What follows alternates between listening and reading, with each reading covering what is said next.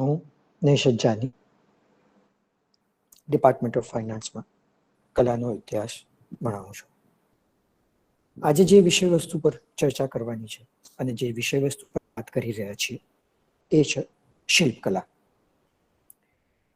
તમે બધા જ લલિત કલાઓથી તો વાકેફ જ છો અને એમાં રહેલી 64 કલાઓ વિશે ઘણું બધું સાંભળ્યું હશે.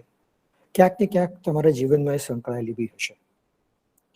પણ આજે આપણે આ કળાના ઇતિહાસમાં વિષય વસ્તુ તરીકે શિલ્પકલાની ભારતીય કલાના માધ્યમમાં અને ભારતીય ઇતિહાસમાં કેવી રીતે શરૂઆતના સમયથી આજ દિન સુધી અલગ અલગ વિષયો, માધ્યમો અને રસ અને સૌંદર્ય સાથે સર્જાયેલી છે તેના વિશે વાત કરીશું.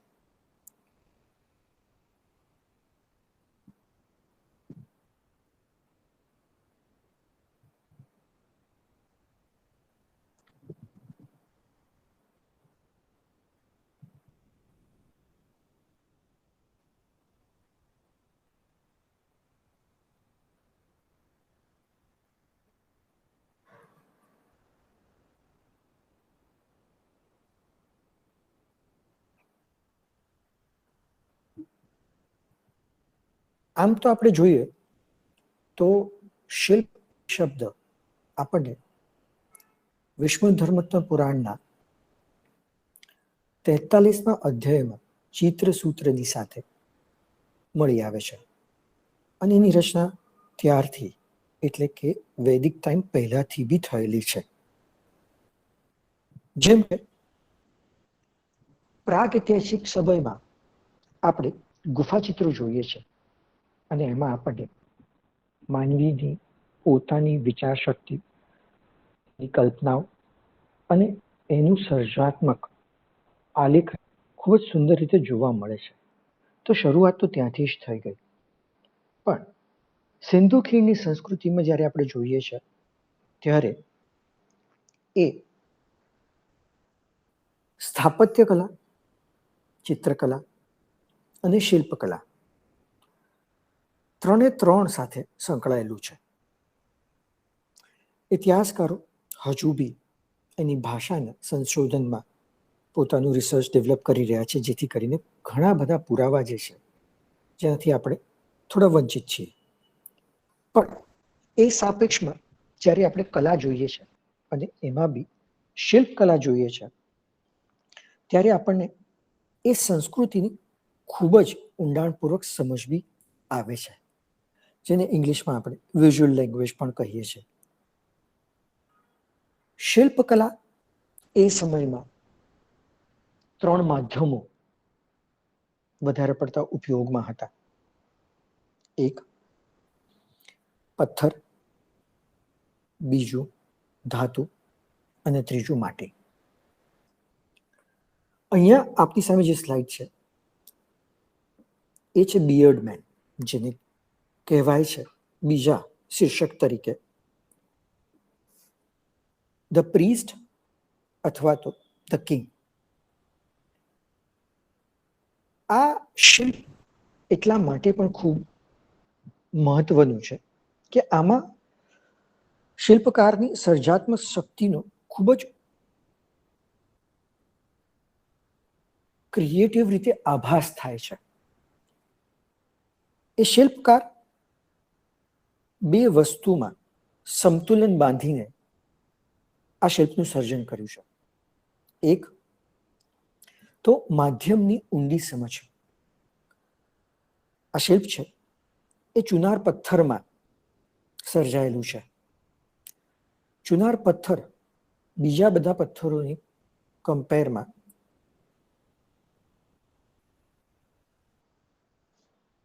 થોડો સોફ્ટ સ્ટોન, જેને કારણે એને કોતરવામાં અને એમાં સ્વરૂપ આપવામાં બીજા પથ્થરો કરતાં થોડી ઓછી મહેનત લાગે.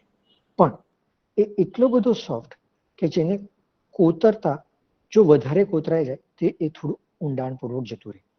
પણ જ્યારે આપણે આ શિલ્પ જોઈએ છે ત્યારે આપણને ખ્યાલ આવે છે કે શિલ્પકારે બહુ જ અલગ અલગ વૈવિધ્યપૂર્ણ રીતે આમાં કોતરણી કરેલી છે.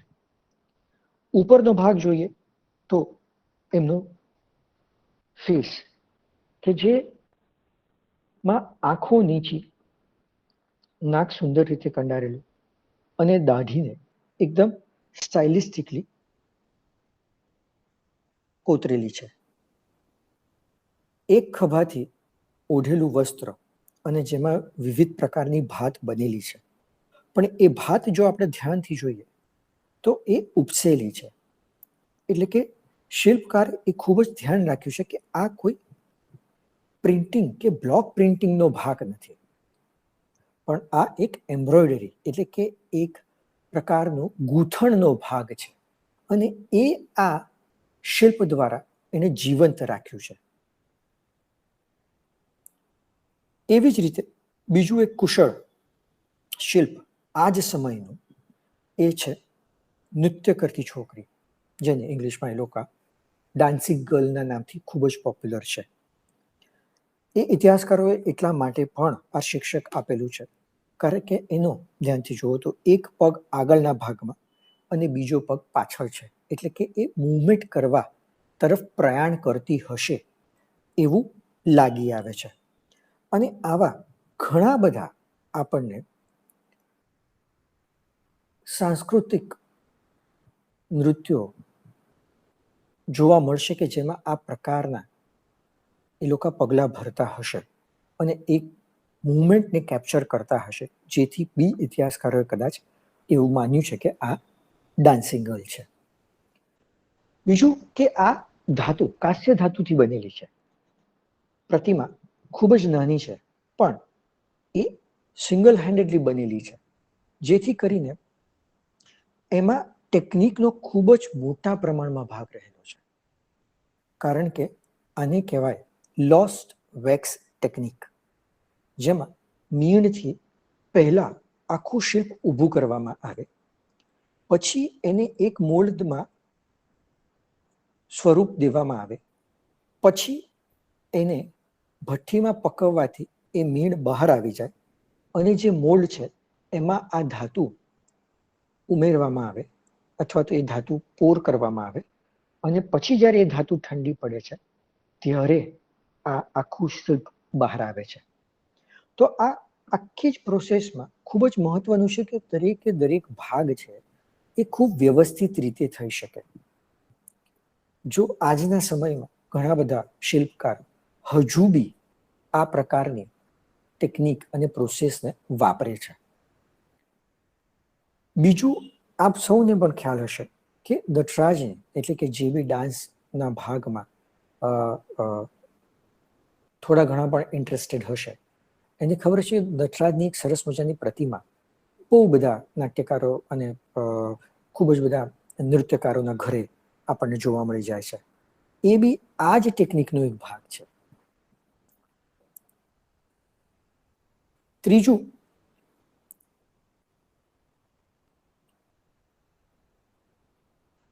એ છે બુલ એટલે કે બળદ.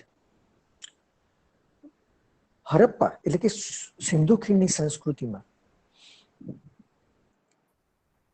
સ્કલ્પચરનો એક બીજો અભિન્ન ભાગ હતો, એ હતા રમકડા.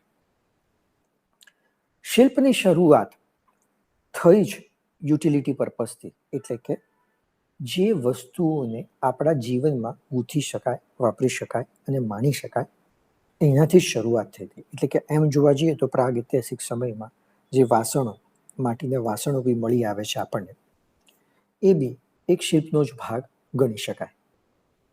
એ જ રીતે રમકડા જે છે એ બી એક શિલ્પનો ભાગ છે, કારણ કે એ બે જણ વચ્ચેનું એક માધ્યમ દર્શાવે છે. એક કે જે બનાવનાર છે એ બાળકો માટે બનાવે છે અને જે બાળકો છે એ રમતા રમતા એ વસ્તુઓને શીખે છે. આ જ રીતે જો જોવા જઈએ તો આ જે બુલ છે એ ટેરાકોટા એટલે કે લાલ માટીથી બનાવેલો છે, જેનું કદ 7 સેન્ટીમીટર જેટલું જ હશે. પણ એમાં જે પણ દર્શાવવામાં આવ્યું છે એ પ્રમાણે એ ખૂબ જ રિયલિસ્ટિક છે. એટલે કે એ એકદમ જીવંત છે. જે રીતે એના પગ, જે રીતે એનું આખું કદ, અને જે રીતે એનું મોઢું બી એ લોકોએ સર્જન કર્યું છે, એ જોતા જ આપણને લાગી આવે છે કે એક ફોર્સ એની અંદર રહેલો છે, એક એક તાકાત એની અંદર રહેલી છે કે જે એ એના કદને જાળવી શકે છે. ભલે નાનું હોય, પણ એ એટલું જ રિયાલિસ્ટિક અપ્રોચમાં રાખે છે.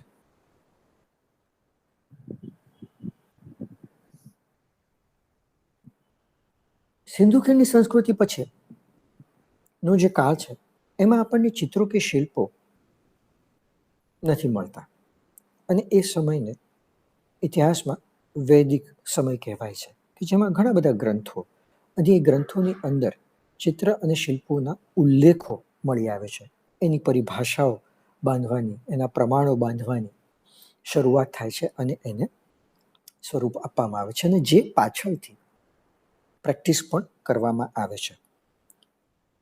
એટલા જ માટે વિષ્ણુ ધર્મોત્તર પુરાણ એ ખૂબ જ મહત્વનો ગ્રંથ ગણાય છે લલિત કલાઓ માટે, કે જેમાં એ બાબતને ધ્યાનમાં રાખી અને ઘણી બધી વસ્તુઓની વાત કરી છે, અને પાછળથી એ બધી જ વસ્તુઓને ધ્યાનમાં રાખી અને એની પ્રેક્ટિસ પણ શરૂ થઈ છે. મૌર્યન કાળમાં શિલ્પોનું ખૂબ જ મહત્વ છે, કારણ કે એમાં એક પોલિશ સ્ટોન્સ પર કામ કરવામાં આવેલું છે. અહીં આગળ બુલ કેપિટલ એટલે કે સ્તંભનો સૌથી ઉપરનો ભાગ, અને લાયન કેપિટલ જે સારનાથ મ્યુઝિયમમાં ડિસ્પ્લે પણ થયેલું છે, અને જે આપણે બધા ખૂબ સારી રીતે જાણીએ છીએ, એ મૌર્યન કાળનું ઉત્તમ સ્કલ્પચરોમાંનું એક સ્કલ્પચર છે, એક શિલ્પ છે, જેમાં 4 મોઢા સિંહના, નીચે બળદ, ઘોડો, હાથી, ધર્મચક્ર એ બધાને સાંકળી લેવામાં આવ્યા છે, અને સેન્ડસ્ટોન ને પોલિશ કરવામાં આવ્યો છે. એટલે કે આ પથ્થરને કોતરણી કરી અને પછી ઉપરથી ચમકતા પથ્થરો ઘસવાથી અને એને વ્યવસ્થિત ઘસવાથી એ આખા જ સ્ટોનમાં એક અલગ જ પ્રકારનું શાઇનિંગ આવી જાય છે, અને એ શાઇનિંગને હિસાબે એ જે શિલ્પ છે એની ભવ્યતા ખૂબ જ વધી જાય છે. આ સમયના શિલ્પો ઘણા બધા ઇન્સ્પાયર હતા ઇન્ડસ વેલી સમયના, એટલે કે સિંધુ ખીણની સંસ્કૃતિ સમયના મેસોપોટેમિયન સિવિલાઇઝેશન તરફથી, કારણ કે એ સમયમાં પર્શિયામાં આવી ટાઈપના સ્તંભોની રચના થયેલી હતી એટલા માટે. અને એ ક્રાફ્ટમેન એલેક્ઝાન્ડર સાથે ભારત સુધી આવેલા અને પછી અહીં સ્થાયી થઈ ગયેલા, અને આ પ્રકારની પ્રોસેસની શરૂઆત ભારતમાં થયેલી. બીજું ખૂબ જ મહત્વનું શિલ્પ અહીંયા હું ચર્ચા કરીશ, એ છે દીદારગંજ યક્ષિણી. દીદારગંજ એ પટના ડિસ્ટ્રિક્ટમાં આવેલી એક જગ્યા છે, અને ત્યાંથી આ યક્ષિણીનું શિલ્પ મળી આવેલું છે. એ ખૂબ જ સુંદર રચના શિલ્પકારે કરેલી છે. આ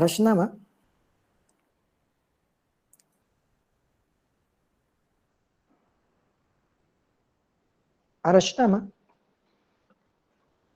યક્ષિણીને ખૂબ જ રિયાલિસ્ટિક અપ્રોચની સાથે કોતરણી કરવામાં આવી છે.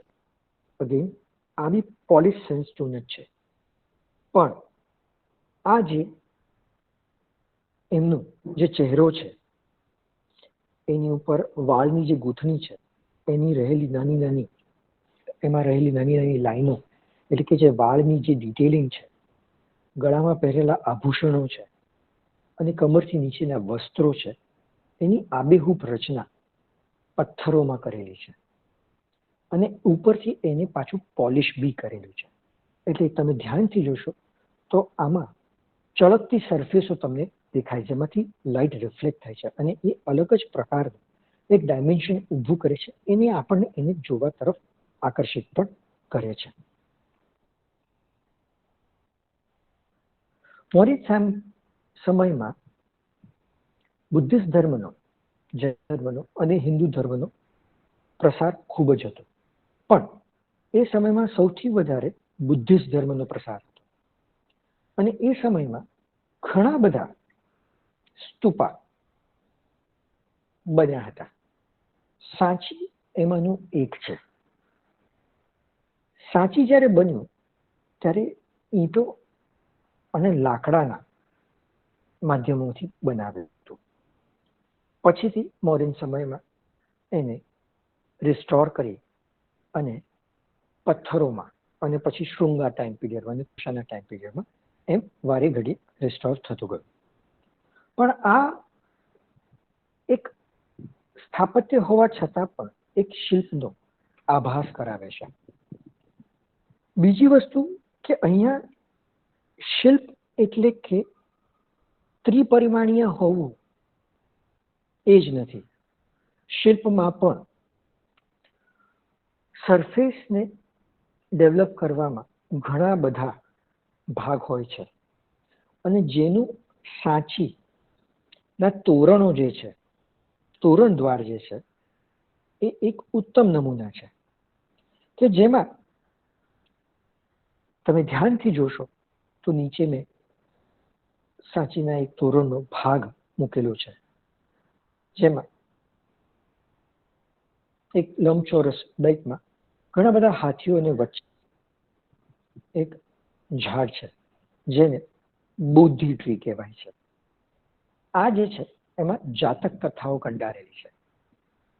આ જે અહીંયા જે જાતક કથા છે એ છે ષડંત જાતકા, જે કહેવાય છે લો રિલીફ, એટલે કે બહુ ઊંડાણથી સરફેસને કોતરી નથી, પણ જેટલી જરૂર હતી એટલી જ કોતરણી એ સરફેસમાં કરેલી છે. એટલે કે એ ત્રણ બાજુએથી તમે નહીં જોઈ શકો, એને તમારે ચિત્રની જેમ સામેથી જ જોવું પડશે. બીજી વસ્તુ કે રિલીફ જે છે, જે આ લો રિલીફ છે, એનો રોલ શું? કારણ કે તમે નીચે જોશો તો શિલ્પો પણ છે, પણ આ લો રિલીફ કાર કરવાથી જે અંદર ગયેલી સરફેસ છે એ સૂર્યપ્રકાશને હિસાબે થોડી ડાર્ક થઈ જાય છે. અને જેથી કરીને જે આકૃતિઓ એની ઉપર કોતરી હોય તે ખૂબ જ સુંદર રીતે બહાર આવે છે. અને એ આખા જ નરેટિવને, આખી જ વાર્તાને ખૂબ જ સુંદર રીતે આપણને દર્શાવે છે અને સમજ પાડે છે. અને જેનું આ ષડંત જાતકા જે છે એ ખૂબ જ ઉત્તમ ઉદાહરણ છે. એવી જ રીતે વિદુર પંડિતા, મહાકપિ, રૂરુ એવી ઘણી બધી જાતક કથાઓ સાંચીના તોરણ દ્વારો પર કોતરાયેલી છે. અને બીજું છે એ છે બુદ્ધના જીવનકાળની વાતો, જેમાં 4 મુખ્ય વાતો છે જે અલગ અલગ સિમ્બોલથી દર્શાવાય છે. એક, જન્મ. હિન્દુ રિલિજન પ્રમાણે આપણે જોઈએ તો, હિન્દુ ધર્મ પ્રમાણે જોઈએ તો, જે ગજલક્ષ્મીના નામથી ખૂબ જ પોપ્યુલર છે, એ છે બુદ્ધિઝમમાં સિમ્બોલિકલી દર્શાવાય છે કે બુદ્ધના જન્મનું એક પ્રતીક છે, કારણ કે એ શુભ મનાય છે. બીજું જે છે એ બુદ્ધ જે સંબોધન, કે જેમાં એક સ્તંભ છે અને એની ઉપર ધર્મચક્ર છે, કે બુદ્ધા એ જ્યારે કેવળ જ્ઞાન મેળવ્યું અને એના પછી જ્યારે ધર્મ પ્રચાર કર્યો તેનું આ પ્રતીક છે. પછી છે કે પ્રથમ ઉપદેશ, જેમાં બોધિ ટ્રી છે અને લોકો આજુબાજુ છે તે. અને એ પછી છે મૃત્યુ, જેને કહેવાય છે પરિનિર્વાણ. અને જ્યારે સ્તુપા બંધાયો એટલે કે બુદ્ધાએ પરિનિર્વાણાને પામ્યા, એટલે કે એમણે મનુષ્ય દેહ છોડ્યો અને એ સ્વર્ગમાં ગયા, એટલે કે મોક્ષ પામ્યા. આ 4 શિલ્પોનું જે ઉદાહરણ અહીંયા છે એ બી લો રિલીફનો જ ભાગ છે. અહીંયા કમ્પોઝિશન એટલે કે ગોઠવણી જે છે દરેક એલિમેન્ટની એ ખૂબ મહત્વની છે, કારણ કે એ સ્ક્વેર ફોર્મમાં છે, એટલે કે ચોરસ ફોર્મમાં છે, અને એમાં એ સિમ્બોલિઝમ વર્ક કરવું એ ખૂબ જ મહેનત માંગી લે શિલ્પમાં, કારણ કે અહીંયા ઝીણા ફિગર્સ એટલે કે માણસની કૃતિઓ સાથે સાથે પશુ પક્ષીની કૃતિઓ સાથે સાથે સ્થાપત્યને બી અંદર કંડારેલું છે, જે આપણને ખૂબ જ ઊંડો અહેસાસ કરાવે છે. બીજું ધ્યાનથી જોશો તો કે જે તમને ડાર્ક સરફેસીસ દેખાય છે એ આ માણસોને બહાર લાવવામાં ખૂબ જ મદદ કરે છે, અને એટલા જ માટે લો રિલીફ છે એ ખૂબ જ સુંદર રીત છે જે શિલ્પકલામાં મહત્વનો ભાગ ભજવે છે. એના પછીનો સમય એટલે કે શૃંગા સમય, જેમાં ભારત સ્તૂપા ખૂબ મહત્વનો છે. અહીંયા આગળ મેં પાછું ષડંત જાતકાનું જ ઉદાહરણ લીધું છે, કારણ કે તમે જોઈ શકો કે ત્યાં ષડંત જાતકા એ લંબચોરસ કમ્પોઝિશનમાં હતું અને અહીંયા એ સર્ક્યુલર કમ્પોઝિશનમાં છે. તમે જોશો કે ત્યાં અને અહીંયાની રીતમાં ઘણો ફરક છે. અહીંયા જે છે એ રિલીફ જે છે એ લો રિલીફ છે, પણ જેમાં સરફેસીસ એટલી બધી ઊંડાણમાં ગઈ નથી, એટલે કે આકૃતિઓ જે છે એ ખૂબ જ બેઝિક સ્વરૂપમાં આપણને દેખાય છે. બીજી વસ્તુ કે શિલ્પકારે અહીંયા આગળ કોતરણી બને એટલું મિનિમલ એટલે કે જરૂર પૂરતું જ કરેલું છે, અને જેમાં એણે અલગ અલગ રીતે હાથીઓને ગોઠવ્યા છે, જેથી કરીને બોધિસત્વનું મહત્વ જળવાઈ રહે અને એ તોરણની રેલિંગનો ભાગ બની રહે.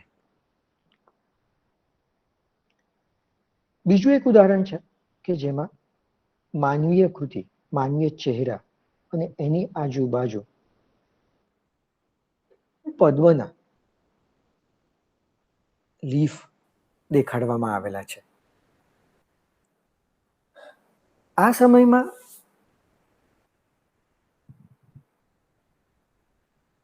માધ્યમ પથ્થર જ હતો, અને લાલ ભૂખરો પથ્થર, એટલે કે જેમાં કોતરણી કરવી સહેલી પણ કમ્પોઝિશન કરવું ખૂબ જ અઘરું, કારણ કે એ પથ્થરની કોઈ શાઇનિંગ નથી.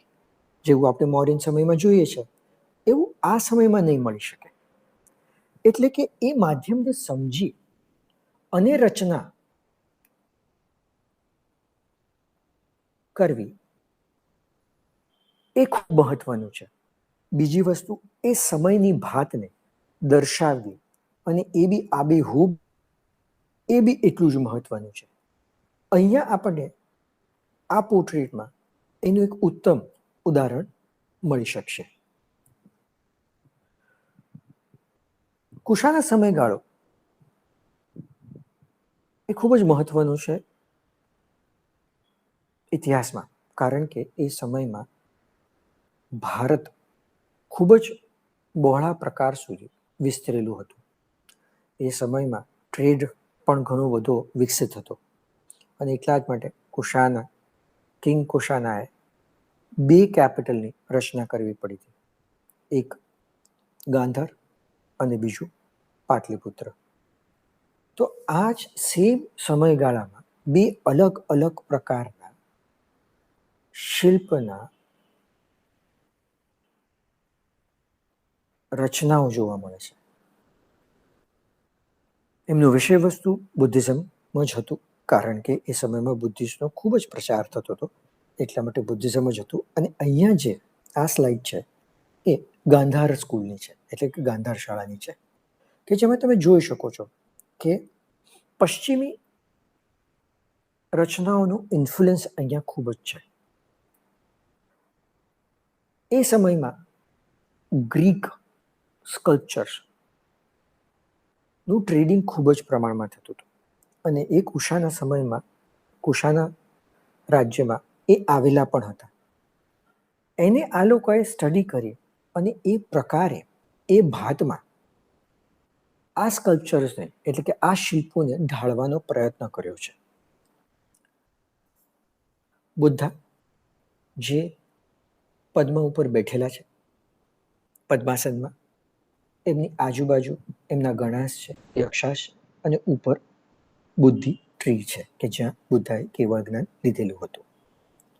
અને એની નીચે સ્થાયી બોધિસત્વા છે કે જે અભય મુદ્રામાં છે.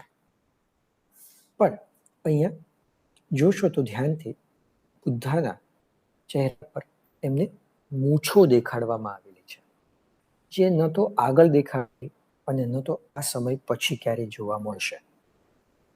બીજી વસ્તુ કે એમના વસ્ત્રોની જે કોતરણી છે, એને જે રીતે કાર્વિંગ કરેલું છે, એ ખૂબ જ સુંદર રીતે એકે એક વણાટને એમણે લઈ લીધેલી છે.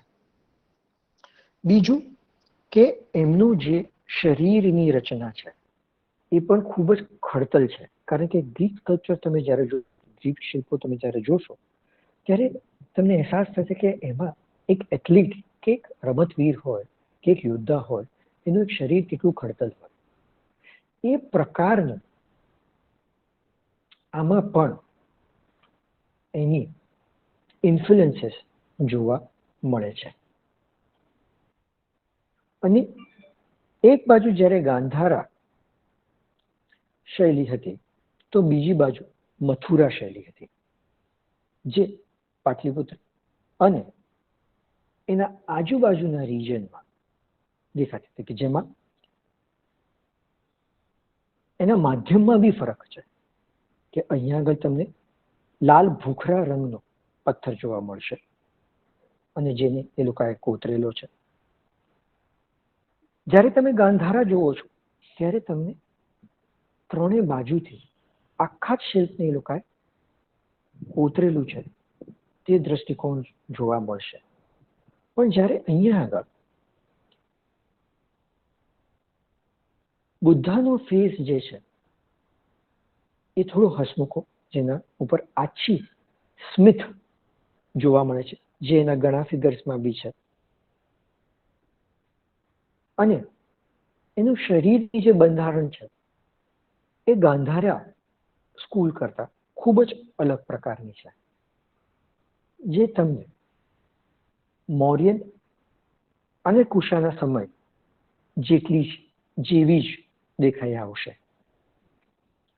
બીજું એક શિલ્પ છે એ કનિષ્ક એક, જેમાં એમના લાંબા બૂટ, એની લાંબી તલવારો, જેમનું ઉપરનું મસ્તક અને એમના હાથ નથી રહ્યા, પણ એ આપણને એક પ્રપોર્શન જે શિલ્પમાં હોય એના કરતા ક્યાંક અલગ જ પ્રપોર્શનનું હોય એવું જણાઈ આવે છે.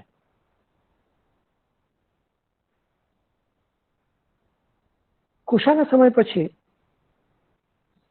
ગુપ્તાકાળ, જે એવું બી કહેવાય છે કે ભારતીય કલામાં શિલ્પ સમય માટે આ ગોલ્ડન એટલે કે સોનેરો સમય ગણાય છે, કારણ કે આ સમયમાં જે શિલ્પો થયા છે એ ખૂબ જ ધ્યાનથી, ચીવટતાથી અને સૌંદર્યને ધ્યાનમાં રાખી અને થયા છે. એક શિલ્પકાર માટે એવું કહેવાય કે જેની ક્રિએટિવ અર્જ એટલે કે પોતાના કામ માટેની ધગશ, મટીરિયલની અન્ડરસ્ટેન્ડિંગ એટલે કે માધ્યમનું ગહેરાઈપૂર્વકનું જ્ઞાન હોવું અને વિષય વસ્તુમાં સમજ હોવી, એ શિલ્પકાર એક ઉત્તમ શિલ્પ બનાવી શકે. આ ત્રણેય વસ્તુ એ લોકો માટે ખૂબ જ જરૂરી છે. અને એ આ ગુપ્તાકાળના બુદ્ધની પ્રતિમામાં આપણને જણાઈ આવે છે, કે જેમાં સેન્ડસ્ટોન વપરાયો છે, બદામી રંગનો સેન્ડસ્ટોન વપરાયો છે. પાછળ જે છે એ બુદ્ધનો હેલો છે, બુદ્ધ પદ્માસનમાં બેઠા છે અને એમનું હાથ જે છે એ ધર્મચક્ર નિર્વાણા સ્વરૂપમાં છે. એમના ચહેરા પર હલકું સ્મિત છે અને આંખો જે છે એ હળવી ખુલ્લી છે.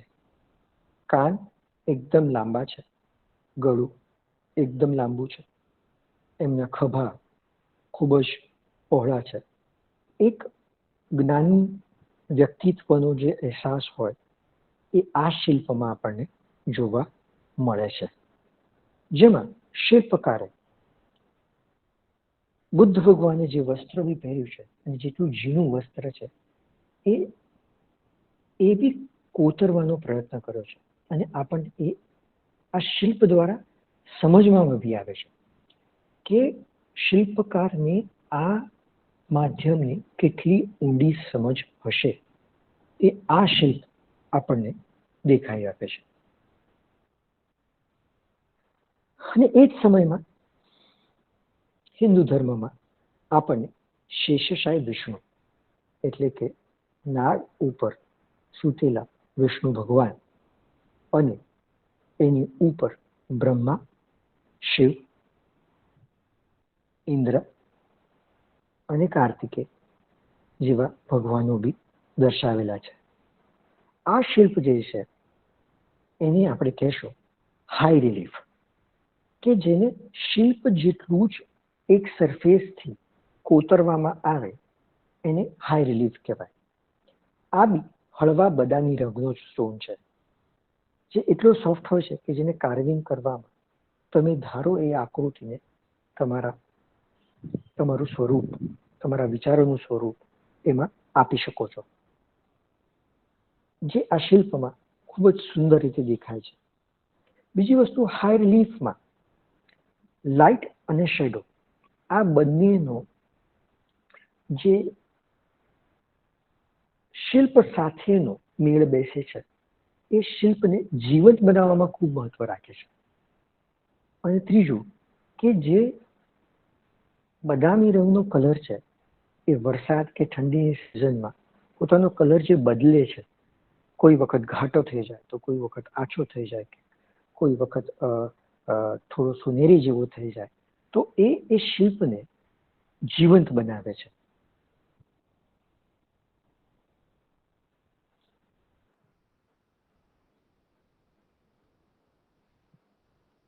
એ પછી બીજા બે શિલ્પો, એક એલિફન્ટા ગુફામાં રહેલું ત્રિમૂર્તિનું શિલ્પ જે એક મોન્યુમેન્ટાલિટી એટલે કે અભિભૂતતા આપણને દેખાડે છે, જેની સામે ઊભા રહેતા જ આપણે એકદમ અભિભૂત થઈ જાય, આપણે એનામાં લીન થઈ જાય એ પ્રકારનું છે. અહીંયા જે ત્રિમૂર્તિનું શિલ્પ છે એ પહાડોમાં રહેલા આછા શ્વેત રંગના પથ્થરોનું છે.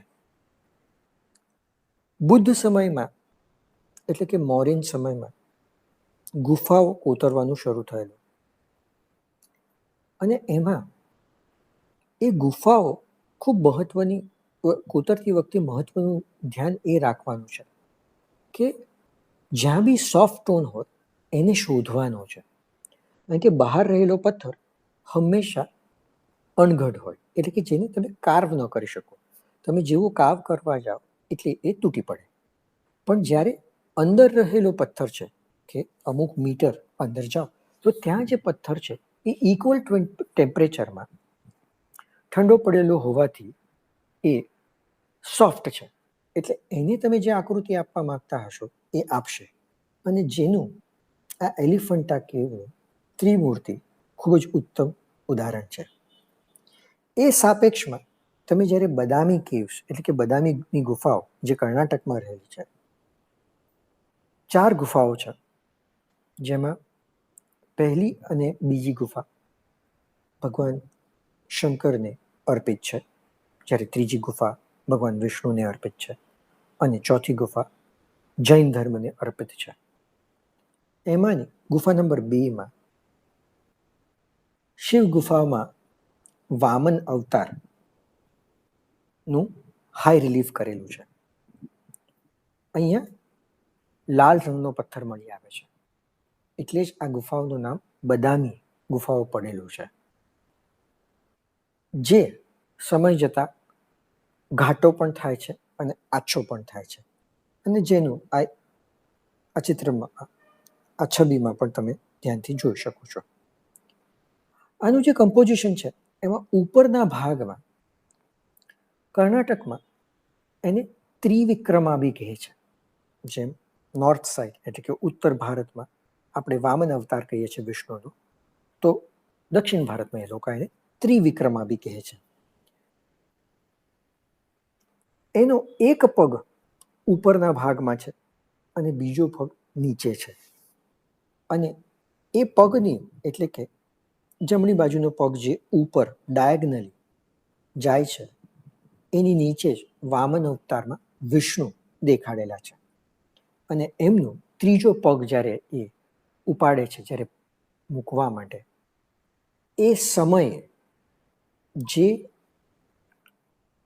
સ્વરૂપ એ ધારણ કરે છે એનું આ ખૂબ જ સુંદર હાઈ રિલીફ ઉદાહરણ છે. બીજી વસ્તુ કે આ શિલ્પકાર નૃત્યનો ખૂબ સારો જાણકાર હોઈ શકે એવું બી માનવામાં આવે છે, કારણ કે જે પગ એમણે ઉપાડેલો છે એને તમે ધ્યાનથી જોશો તો એ થોડો ટર્ન અંદરની તરફ થાય છે.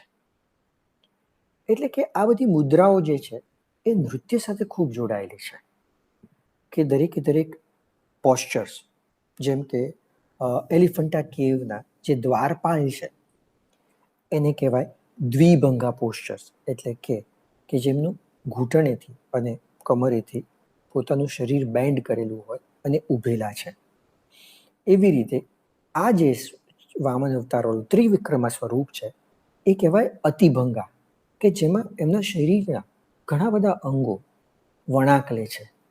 અને આવા ચિહ્નો અને આવા સિમ્બોલિઝમ સાથે ભારતના ક્લાસિકલ નૃત્યો જરૂર થાય છે, કે જેનું જ્ઞાન આ શિલ્પકારને હશે. એ જ સાપેક્ષમાં બદામી ગુફા નંબર 3માં નટરાજ, જે બી અતિભંગા પોસ્ચરમાં છે, અને યક્ષા યક્ષિણી એ સ્તંભના કેપિટલમાં છે, એટલે કે સૌથી ઉપરના ભાગમાં છે. એટલે કે ગુફા શિલ્પોમાં એની જગ્યા ખૂબ મહત્વની રાખે છે, કે કઈ જગ્યાએ એ શિલ્પ કરવું, કઈ જગ્યાએ બનાવવું, જેથી કરીને એનો અહેસાસ અને એનો એક્સપિરિયન્સ એક સાચા પ્રમાણે અને એક સૌંદર્ય પ્રમાણે આપણે લઈ શકીએ. સ્થાપત્યની દ્રષ્ટિથી ઇલોરા કૈલાસનાથ મંદિર, જેમ કે ગુફા નંબર 16, એ ખૂબ મહત્વ ધરાવે છે, પણ એ એક સ્કલ્પચરના ફોર્મમાં જ છે, કે એક શિલ્પના ફોર્મમાં જ છે, કારણ કે એ મોનોલિથિક છે, એક જ પથ્થરમાંથી કોતરાયેલું મંદિર, એટલે કે આટલું મોટું એક જ શિલ્પ જે વર્લ્ડમાં બીજે ક્યાંય નહીં હોય. અને એટલા જ માટે આ ઉદાહરણને તમારી સાપેક્ષ મૂક્યું, કે જેની અંદર ઘણા બધા નાના નાના લો રિલીફ, હાઈ રિલીફ કોતરવામાં આવેલા છે, અને એના જ ભાગરૂપે અહીંયા આગળ શંકર ભગવાનના બે અલગ અલગ સ્વરૂપ, એક શિવ ભગવાન એટલે યોગી, કે જે ધ્યાન સમાધિમાં છે, અને બીજું ભૈરવા, જે વિનાશ પામે છે. આ બંને શિલ્પો એકબીજાની સામે જ છે, કે જે દુનિયાના બે અલગ અલગ મંતવ્યો, દુનિયાના બે અલગ અલગ ખૂણાને દર્શાવે છે, કે જ્યાં એક સ્વરૂપ છે એ ખૂબ ધ્યાન, શાંતિ અને શાંતિને દર્શાવે છે, જ્યારે બીજું સ્વરૂપ જે છે એ ક્રોધ અને વિનાશને દર્શાવે છે. અને આ બંને જ પોલારિટી એકબીજાની સાપેક્ષમાં એક જ ભગવાનમાં રહેલી છે. એટલા માટે પણ આ વિષય વસ્તુ ખૂબ મહત્વની છે. આ બંને જ શિલ્પો હાઈ રિલીફ છે, એટલે કે અને એનો સ્કેલ બી ખૂબ જ મોન્યુમેન્ટલ છે, કે જે ખૂબ જ મોટા છે. 20-20 ફૂટથી પણ મોટા શિલ્પો છે આ, કારણ કે એમણે તો આ કૈલાસનાથ ટેમ્પલ આખો પર્વત જ કોતરી કાઢ્યો છે, જેથી કરીને આ શિલ્પોનું પણ માપદંડ એ પ્રમાણે જ એ લોકોએ કોતરેલું છે. એ જ સમયમાં તમિલનાડુમાં મહાબલીપુરમમાં મહિષાસુર મર્દિની કેવ છે, ગુફા છે, અને જેમાં આ મહિષાસુર મર્દિની, જે પાછળથી દુર્ગાના સ્વરૂપે પણ ઓળખાય છે, જે મહિષાસુરનો વધ કરવા માટે જાય છે સિંહ ઉપર બેસીને. આ હાઈ રિલીફ એનું છે. આ રિલીફને અલીધા પોસ્ચર કહે છે, કે જેમાં જે બી માનવીય આકૃતિઓ જે છે એ મૂવમેન્ટમાં કે મોશનમાં છે, એ અલીધા પોસ્ચર છે, કે જેમાં તમે જોઈ શકશો કે મહિષાસુર છે એ એકદમ ક્રોસમાં જઈને પોતાના શસ્ત્રોને ઉગામે છે, જ્યારે મહિષાસુર મર્દિની જે છે એ તીર અને કામઠા સાથે મહિષાસુરનો વધ કરવા જઈ રહી છે, અને એની આજુબાજુ બીજા ગણા અને યક્ષાયક્ષિણી અને સૈનિકો યુદ્ધનો ભાગ બનેલા છે. આ શિલ્પ પણ 15 ફૂટનું છે. એની સાપેક્ષમાં હાલીબીડી ના જે મંદિરો છે એના શિલ્પના પ્રકાર ખૂબ જ અલગ છે. એની શૈલી પણ ખૂબ જ અલગ છે. એ ખૂબ જ ઓર્નામેટિવ એટલે કે ડેકોરેટિવ છે, કે જ્યાં આગળ વસ્ત્રોમાં, આભૂષણોમાં, મુગટમાં, શસ્ત્રોમાં ખૂબ જ ડેકોરેટિવપણું દેખાડવામાં આવેલું છે. અહીંયા આગળ માધ્યમ પણ ખૂબ જ અલગ છે. આ હલકા ગ્રે એટલે કે ભૂખરા રંગના પથ્થરો છે, જેની હિસાબે આ જે ડિટેલિંગ છે નાની નાની નાની ઝીણવટ ભરી, એ ખૂબ જ સુંદર રીતે શિલ્પોને બહાર લાવવામાં મદદ કરે છે. બીજું કે એ એક પ્રકારનો ગ્રેસ, એક પ્રકારનો લય એની અંદર ઉગારે છે. અહીંયા આગળ 2 ઉદાહરણ છે, એક નૃત્ય કરતા શિવ અને બીજી બાજુ સંગીતકારો, કે એકના હાથમાં વાંસળી છે, એકના હાથમાં ઢોલક છે, તો એકના હાથમાં વીણા છે. અને એ જ સાપેક્ષમાં ઓરિસ્સામાં રહેલું કોનાર્કનું સૂર્ય મંદિર, જેની આ સૂર્યને 2 પ્રતિમાઓ, સૂર્યની આઇકોનોગ્રાફી એટલે કે એમની ઓળખાણ જે છે એ બીજા દેવી દેવતાઓ કરતાં અલગ છે. જનરલી દેવી દેવતાઓ, હિન્દુ દેવી દેવતાઓ એમના વાહન, એમના સ્વરૂપ, એમના રંગ, આકાર અને કદથી ઓળખી શકાય. તો એ જ પ્રકારે સૂર્ય જે છે એ એક જ માત્ર એવા દેવ છે કે જે બૂટ્સ પહેરે છે, કે જેમના પગરખા છે એ ઘૂંટણ સુધી હોય છે. બીજું, એમના હાથમાં શસ્ત્ર ભાગ્યે જ જોવા મળે છે. એટલે તમે જનરલી જોશો તો એમના હાથમાં કમળના ફૂલ જ કાયમ હશે. અને બીજું, એમનું વાહન ઘોડો છે. તો વૈદિક સમયમાં ઘણા બધા ગ્રંથ, ઋગ્વેદમાં એમના આઇકોનોગ્રાફીમાં આપણે જોઈએ તો સૂર્ય 1 ઘોડા પર બી છે, 4 ઘોડા પર બી છે અને 7 ઘોડા પર બી છે. તો એ રીતે અલગ અલગ પ્રકારે એમના ઉલ્લેખનો આપણને મળી આવે છે. જે કોનાર્કમાં આપણને હલકા ભૂખરા રંગના શિલ્પમાં, પથ્થરના શિલ્પમાં જોવા મળશે. અહીંયા સૂર્યના 3 શિલ્પ છે, જ્યારે એમનું મુખ મંડપા એટલે કે ગર્ભગૃહ પડી ગયેલું, એનો શિખરા પડી ગયેલો, એમાં ઘણું બધું તૂટી ગયેલું, અને એમાંનું એક શિલ્પ સૂર્યનું બી તૂટી ગયું છે. પણ આ 2 શિલ્પ જીવંત છે હજુ, જેમાં એકમાં એ એક જ ઘોડા પર સવારી કરીને આવી રહ્યા છે એવું દેખાય છે, જ્યારે બીજામાં એ 7 ઘોડા પર સ્વરૂપ કરે છે એવું દેખાઈ આવે છે. અને એ સાપેક્ષમાં 11મી સદીમાં ચોલા સમયમાં કાંસના પ્રતિમાઓ બનાવવાનું ટ્રેડિશન હતી. ચોલા એટલે કે તમિલનાડુનો દક્ષિણ ભાગ. ઉપરના ભાગમાં પલ્લવાસ હતા તો નીચેના ભાગમાં ચોલાસ હતા. અને જેમણે આ લોસ્ટ વેક્સ ટેકનિક જે આપણે સિંધુ ખીણની સંસ્કૃતિમાં પણ જોયું એનો ખૂબ જ સુંદર રીતે ઉપયોગ કરી અને જાળવીને આ શિલ્પો બનાવ્યા છે. એમાં એક છે જેમાં શિવ અને પાર્વતી છે અને બીજામાં નટરાજ છે. જે હું કહેતો હતો કે દરેક નાટ્યકાર અને નૃત્યકારના ઘરોમાં તમને આ જોવા મળી જશે. જે કાંસ્યમાં લોસવેક ટેકનિકથી ક્રિએટ કરેલી છે. એ કર્યા પછી પણ એની પદ્ધતિઓ અલગ અલગ છે. તમે જ્યારે શિવ અને પાર્વતીને જોશો ત્યારે એમની જે સરફેસ છે એ એકદમ ચમકતી છે. એટલે કે એ શિલ્પ કાસ્ટ કર્યા પછી તમે જો એને સરખું પોલિશ કરો તો એ ચમકે છે. પણ એની સાપેક્ષમાં તમે જ્યારે નટરાજનું શિલ્પ જોવો છો ત્યારે એ હલકા લીલા રંગના અને કાળા રંગના નું આભાસ કરાવે છે.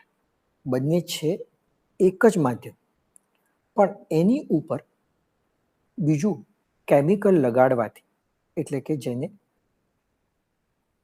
કહે છે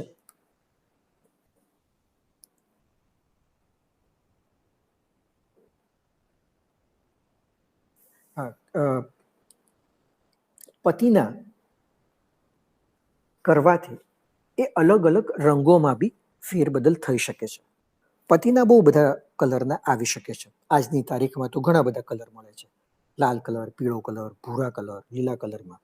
પણ પહેલાના સમયમાં કથ્થઈ રંગ, લીલો રંગ, ભૂરો રંગ, આ રંગો પ્રચલિત હતા ને એમાં જ એનો સમાવેશ થતો. પણ અત્યારની તારીખમાં એ ઘણા બધા કલરમાં બી થઈ શકે છે.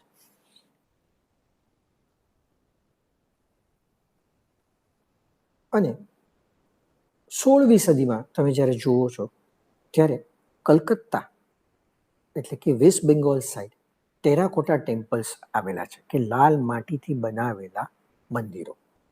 એમાં રહેલા શ્યામ મંદિરનું અહીંયા એક ઉદાહરણ છે કે જેમાં એ લોકોએ રાસલીલા એટલે કે વૃંદાવનમાં રમાઈ રહેલી કૃષ્ણની રાસલીલાને ખૂબ જ સુંદર રીતે અહીંયા આગળ બનાવ્યું છે. ચોરસ ફ્રેમમાં છે, નાના નાના ભાગોમાં બનાવી અને એક આખો મોટો ભાગ ઊભો કરેલો છે.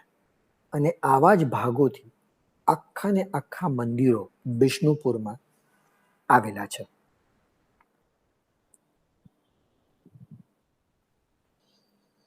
એ પછી વાત કરીએ તો મધ્યકાળના અંતમાં આપણને સલ્તનત સમય મળે છે. જ્યારે સુલતાનો ભારત આવ્યા ત્યારે એમણે દિલ્હી અને ગુજરાત પર ચઢાઈ કરેલી. અને દિલ્હીમાં કુતુબ મિનારથી ફેમસ એક મોન્યુમેન્ટ છે અને એમાં આવેલો અલાઈ દરવાજા એ સમયના ઉત્તમ શિલ્પનો નમૂનો છે. અહીંયા આગળ કોતરણીમાં એ લોકોએ જોયું કે શિલ્પોમાં પથ્થર, કાંસા અને લાકડા પર ખૂબ જ પ્રમાણમાં કોતરણીઓ થાય છે, વિવિધ ભાતમાં થાય છે. અને એના હિસાબે એ કોતરણીઓને કેવી રીતે પોતાના ધર્મના અને રહેવાના સ્થળોમાં આવરી શકાય અથવા વર્ણી શકાય.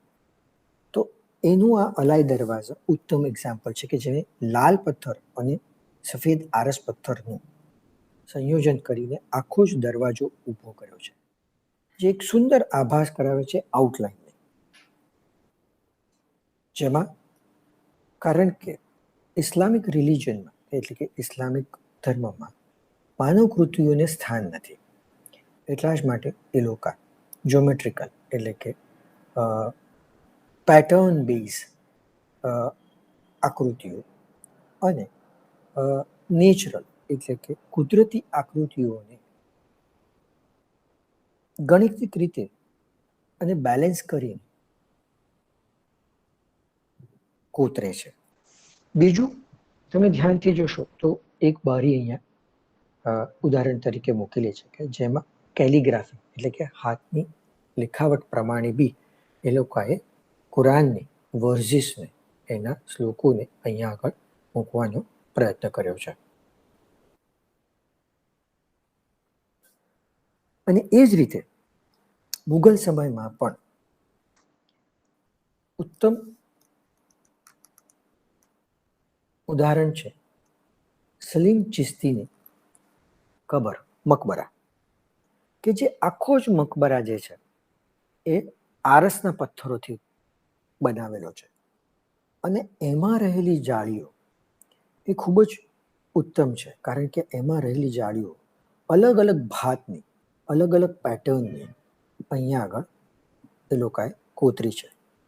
દરેકે દરેક જાળી અલગ અલગ કોતરાયેલી છે, પણ એનું ગોઠવણી અને સંયોજન એવું છે કે જેથી કરીને એક બને છે.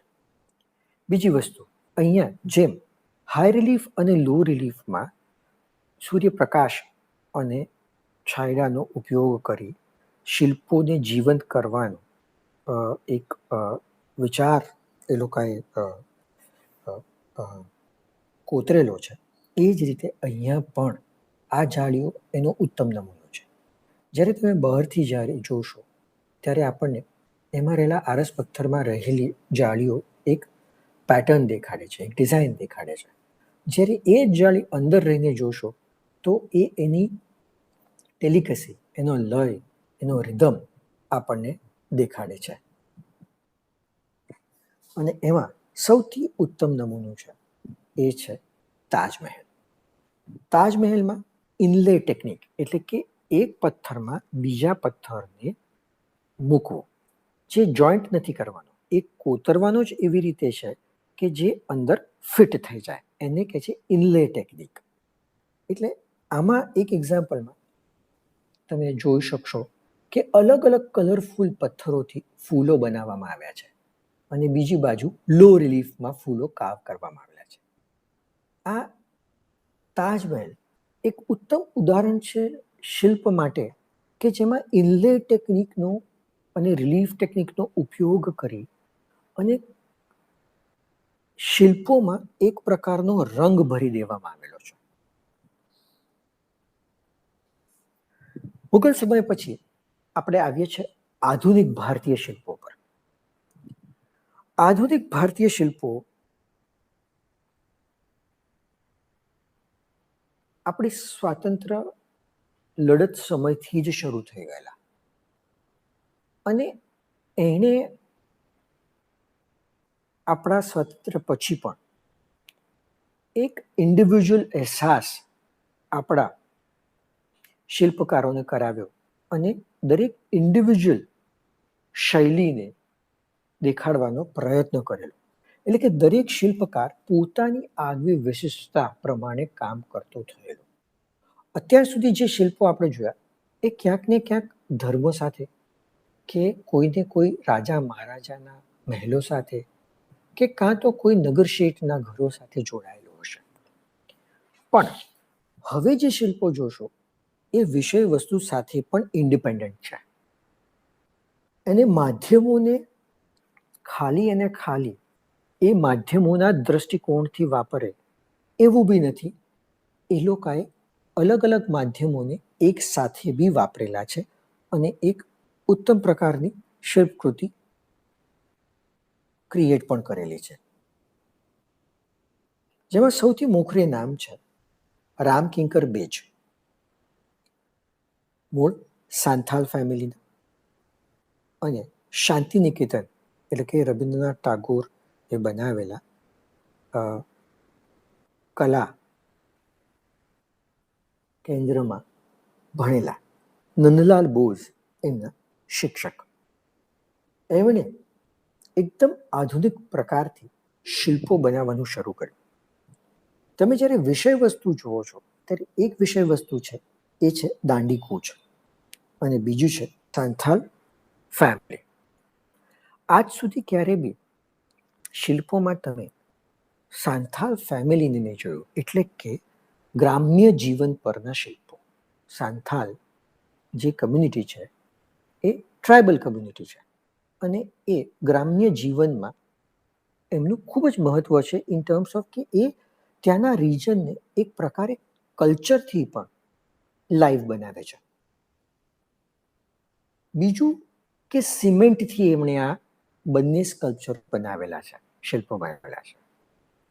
હવે સિમેન્ટ એક એવું માધ્યમ છે કે જેને તમારે ખૂબ જ ઝડપથી કામ કરવું પડે, કારણ કે એ સુકાય બહુ જલ્દી જાય. અને એ કામ કરવાની, કારણ કે તમે જ્યારે કોઈ કડિયાને ઘર બાંધતા જોયું હશે તો તમને ખબર હશે કે જ્યારે એક દિવાલને પૂરી કરે છે ત્યારે એના ઉપર સિમેન્ટને જે ફોર્સથી એ ફેંકે છે અને એને એક આકારમાં બાંધવાની કોશિશ કરે છે, એને એક આખા દિવસમાં જે પોષ કે જે ભાગ લીધો હોય એને પૂરો કરવો જ પડે, તો જ એ થઈ શકે.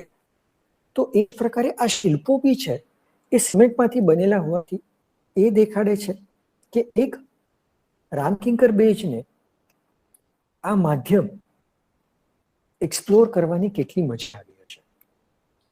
જો દરેક, જેમ કે સાંતા પરિવાર છે એટલે પરિવારમાં માતા, પિતા, એમનું બાળક અને સાથે રહેલું કૂતરું, જે એનો એક પરિવારનો જ ભાગ છે, એ બી એમણે દર્શાવી શકે. એટલે કે સાંથાલ ફેમિલી, એટલે કે સાંથાલ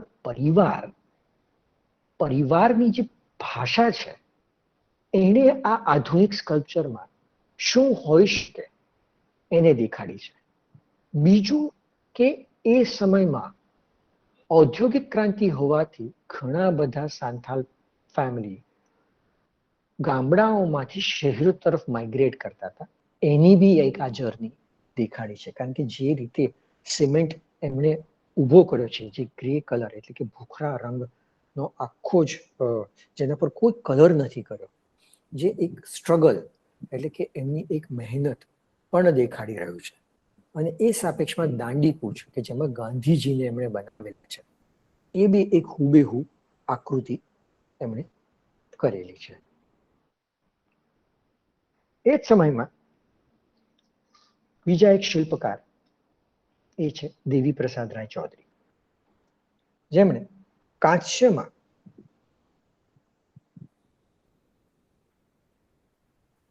ટ્રમ્ફ ઓફ લેબર કરીને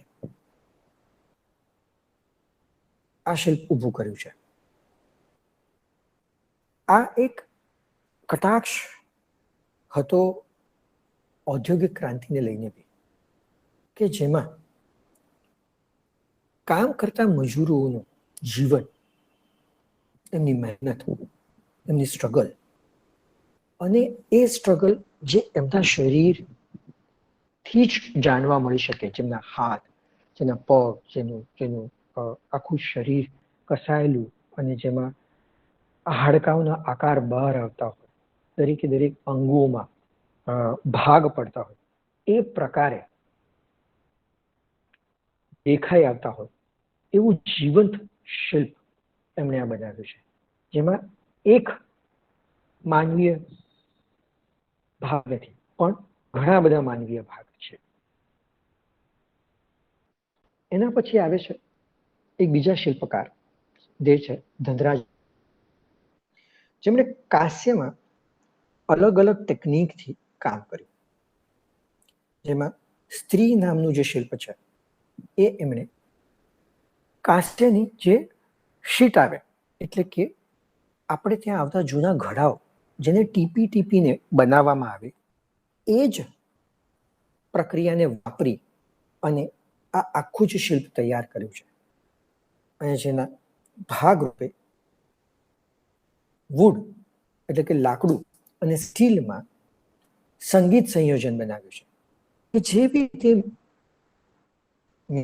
કોઈ આકાર નથી હોતો એ પ્રમાણે આ ફોર્મ બી ખૂબ જ એબ્સ્ટ્રેક્ટ છે, પણ જેમાં અલગ અલગ આકારોથી એમણે એક રિધમ ભરવાનો પ્રયત્ન કર્યો છે, અને જેમાં લાકડું અને સ્ટીલ એકબીજાના પૂરક બની શકે એ પ્રકારનો પ્રયત્ન છે. બીજા એક શિલ્પકાર છે જે છે ચિંતામણીકાર, જેમનો શિલ્પ છે ફ્લેટ, જે એમણે લાકડામાંથી બનાવ્યું છે.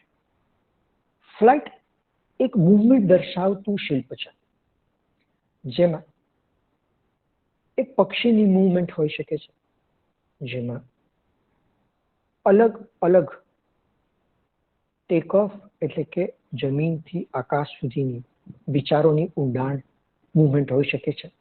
અને એ જ પ્રકારે આ એબ્સ્ટ્રેક્ટ આકાર એમણે આવરી લીધો છે.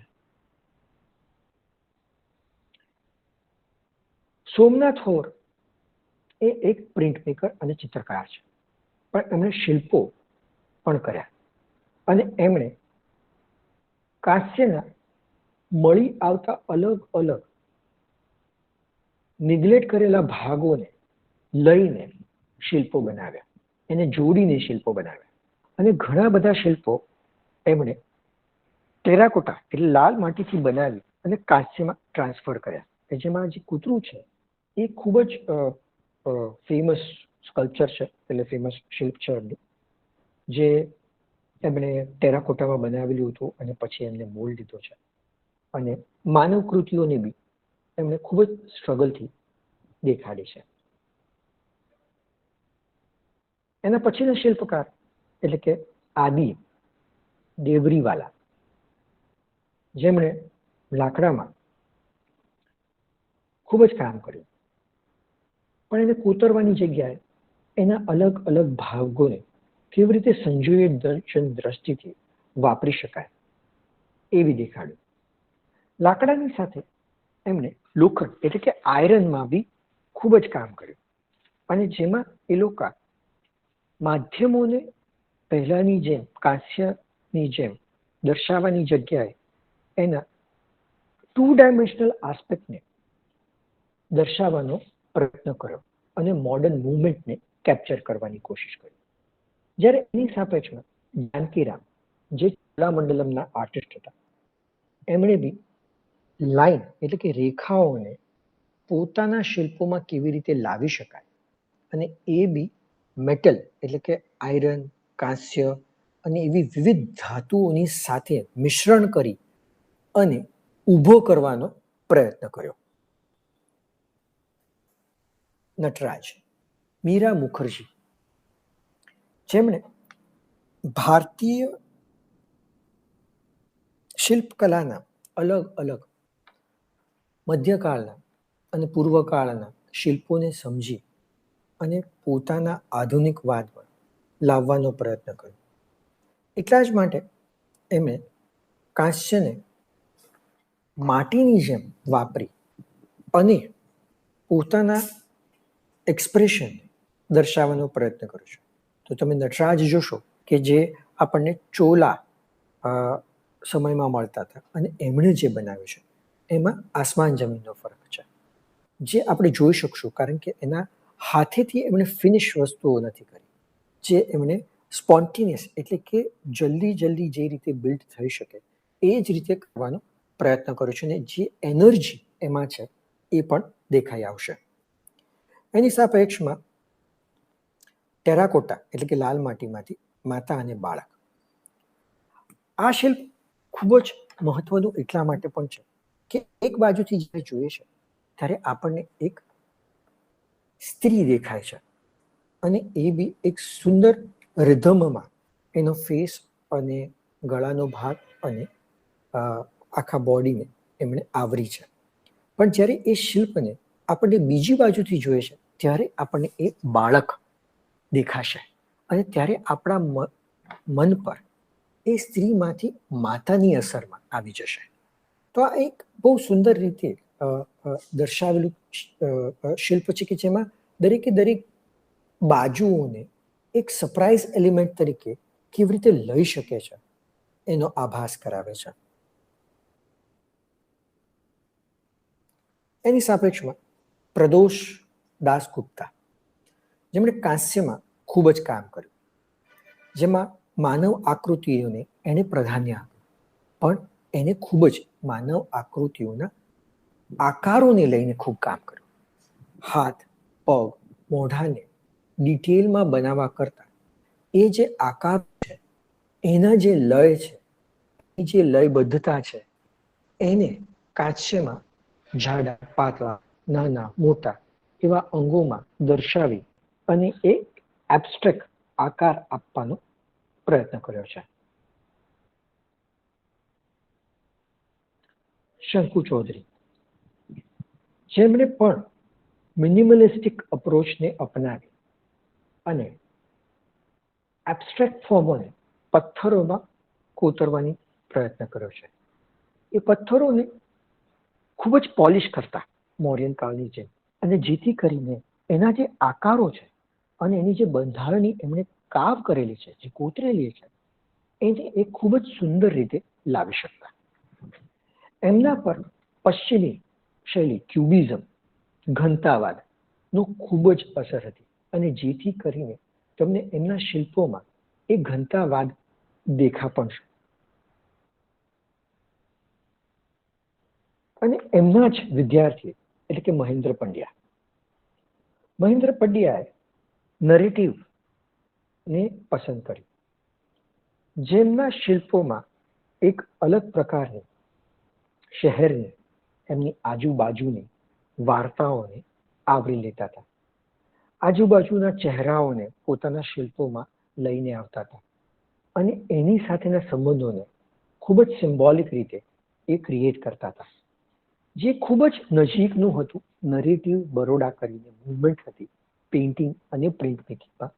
એની સાથે એમના જ મિત્ર એટલે કે રાઘવ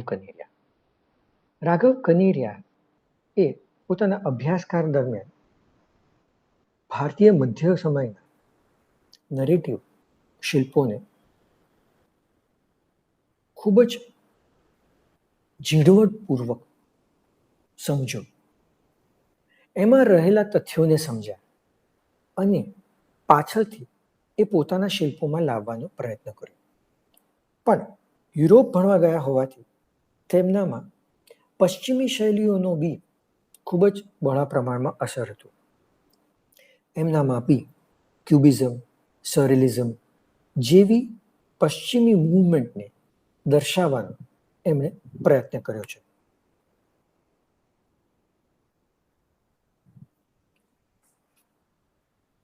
સિરામિક, આ નામ આપણે ઘરની ટાઇલોમાં કે બાથરૂમની ટાઇલોમાં સાંભળતા હશો, પણ સિરામિક એક એવું માધ્યમ છે કે જેમાં વર્ષોથી શિલ્પો થાય છે.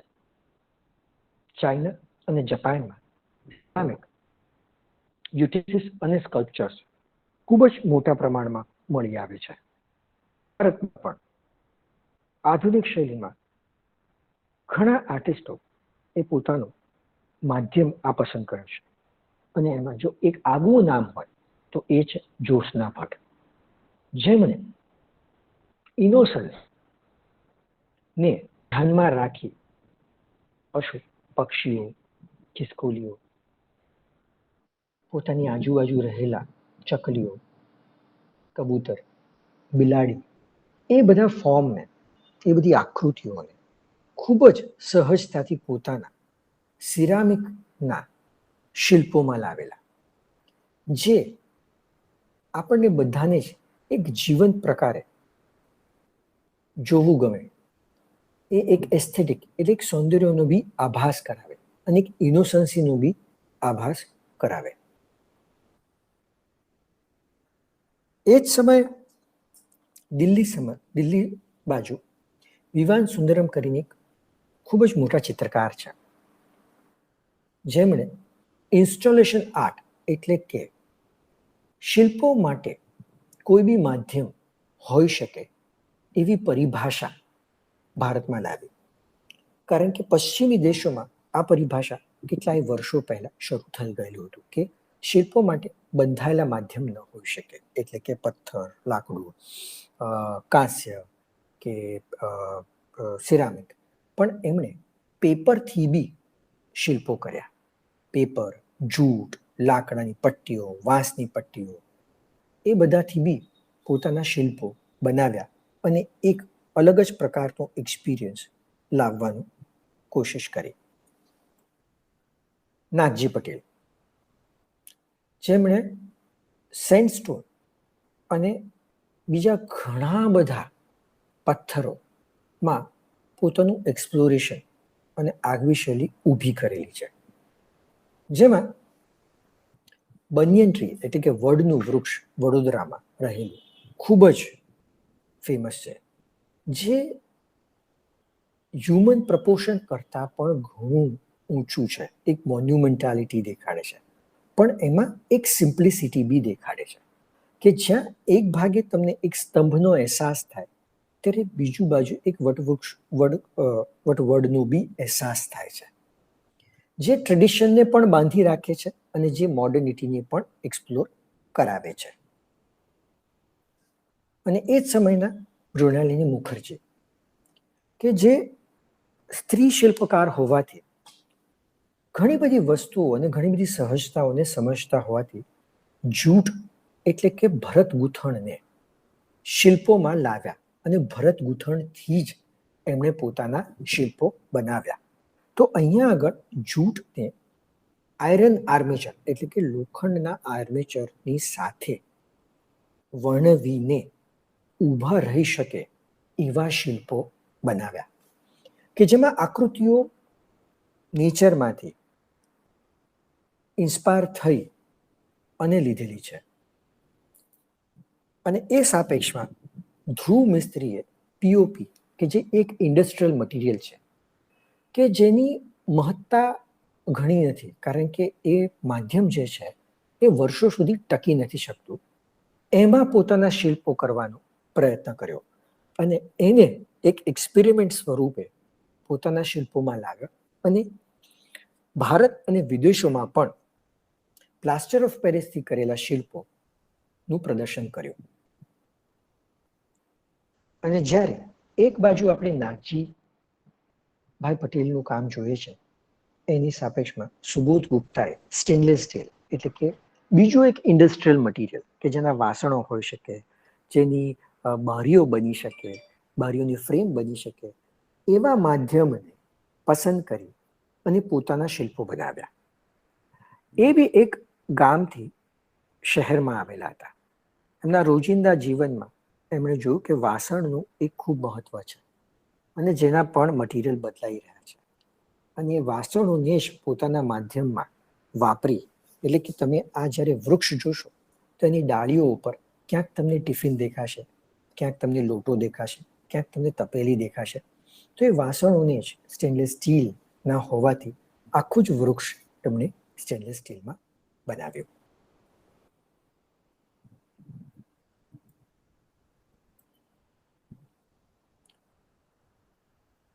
ભારતીય શિલ્પ શૈલીમાં વૈવિધ્યપૂર્ણ માધ્યમોનો વપરાશ થયો, એના સબ્જેક્ટનો વપરાશ થયો, અને જે સબ્જેક્ટ જે વિષય વસ્તુ પાછળથી બી લાવવામાં આવી એની એક અલગ જ પ્રકારની આધુનિકતા આપવામાં આવી, કારણ કે એ માધ્યમ એ પ્રકારે વર્ણવી લેવામાં આવ્યો. આઈ હોપ તમને આ લેક્ચર ગમ્યું હશે અને તમારા માટે ફ્રૂટફુલ પણ થયું હશે. Thank you so much.